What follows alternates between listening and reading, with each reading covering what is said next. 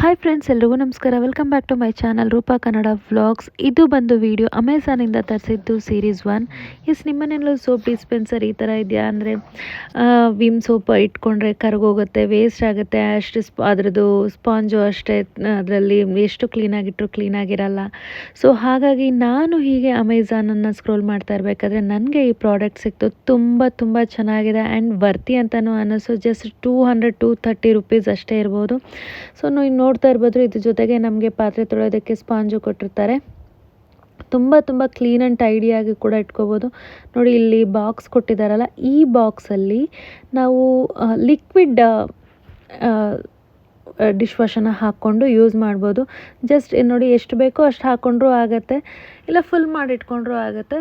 Just ಇದನ್ನು ಸ್ಪಾಂಜನ್ನು ಈ ಥರ ಇಟ್ಬಿಟ್ಟು, ಅಂದರೆ ಲಿಡ್ಡನ್ನು ಕ್ಲೋಸ್ ಮಾಡಿ, ಕ್ಯಾಪನ್ನು ಕ್ಲೋಸ್ ಮಾಡಿ, ಸ್ಪಾಂಜನ್ನು ಈ ಥರ ಇಟ್ಟು ಪ್ರೆಸ್ ಮಾಡಿದ್ರೆ ಆಯಿತು. ಪ್ರಾಡಕ್ಟ್ ಎಷ್ಟು ಬೇಕೋ ಅಷ್ಟೇ ಬರುತ್ತೆ, ವೇಸ್ಟು ಆಗೋಲ್ಲ ಆ್ಯಂಡ್ ನಮಗೆ ಕ್ಲೀನ್ ಆ್ಯಂಡ್ ಟೈಡಿಯಾಗೂ ಇರುತ್ತೆ.